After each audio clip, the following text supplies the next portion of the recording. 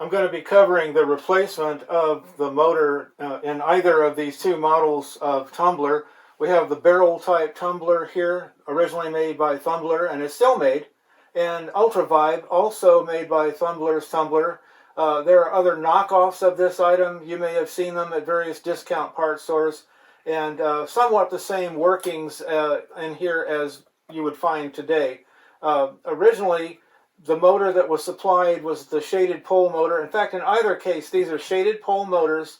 This one is the open frame model, and it lasted 30 years. It was shaken vigorously. Believe you me, it got a lot of use, but it now needs to be replaced, so we're going to do that. And the nice thing is we can use the same motor for either of these, and I wanted to make sure to get that to you. What I've got here is the Dayton model 20HN79. It's a 1/70th horsepower motor. It's ball bearing and capacitive start, and just what you need. It's much more efficient than what you've got in this thing. As my understanding is, these are not even available right now, but I'm going to show you the actual mounting layout is the same, and you'd have to simply adjust the length of the armature. It looks like just about exactly 2.8 inches, and that compares very well with what's on the frame over here. So I don't believe there's any change needed on the frame. There is a slight difference in the width of this motor versus this is thinner, and to the black motor. It's just about 1/10 of an inch, but it still appears to have plenty of clearance for the barrel here. So I don't think that's a problem. If you need to change this kind of motor, this is the way to go. For the vibratory tumbler, I need to cover one additional thing about the motor.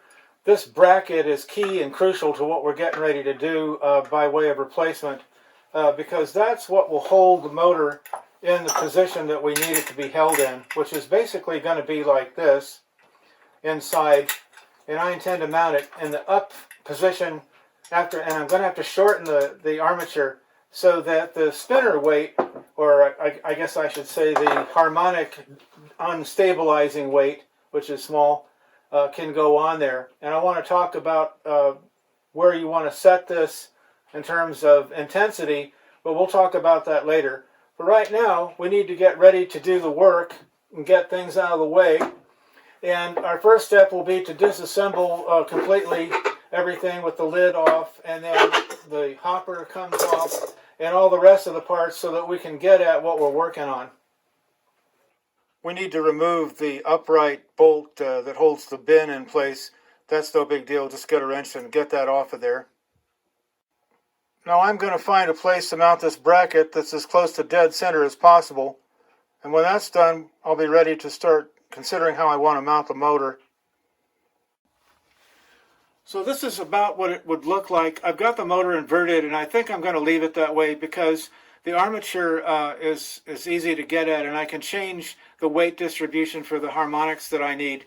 It just has to be clear. This isn't going to shake so much that it should come in contact, and I can control that with the amount of harmonic distribution.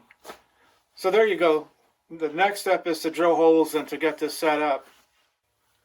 It's preferable to dimple this metal so that the countersinking bolt can just slip in there and be flat for the motor mounting.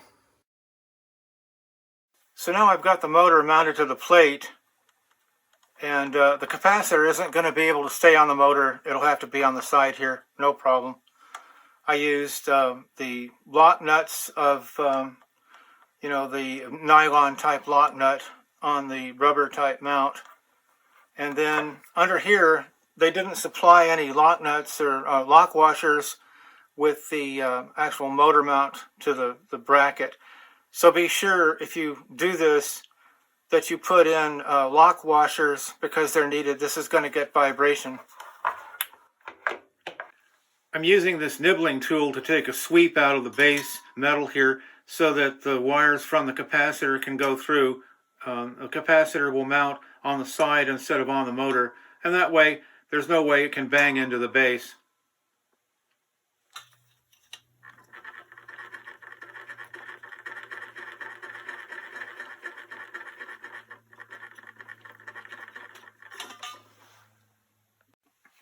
The literature that came with the motor suggested strongly that it needs to have an earth ground, and I get it. So I'm going to change the AC line cord here. No problem there. And I always plug into a circuit that's protected with a ground fault circuit interrupter anyway. Now let's do the preliminary test on this thing and see if everything's hooked up correctly.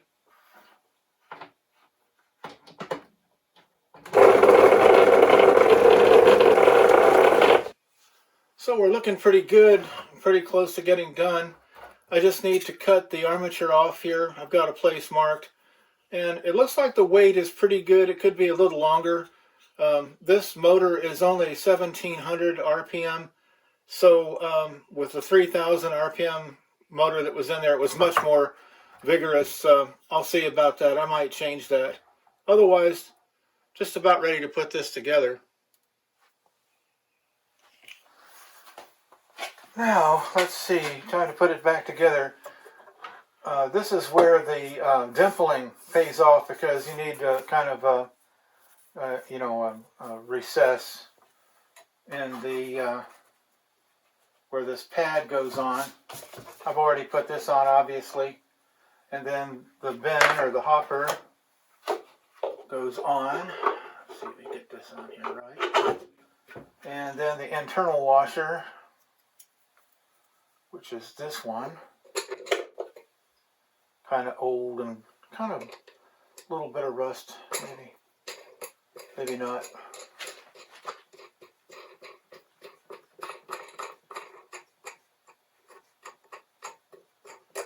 I think it's going to shake quite a bit with just a bit of harmonic impetus that I'm going to let it have. And as I say, I may adjust that later on. I'm probably going to do that. And speed controls aren't recommended for this type of motor, by the way. So it can be controlled, the amount of intensity, just by switching that weight. And now I've got it down there where, you just have to flip it and then reach in there and change this weight. And eventually I'm putting a bottom on here so that it's not exposed. But right now, it moves on the workbench, and it's got plenty of clearance. So let's fire it up again here and see what happens.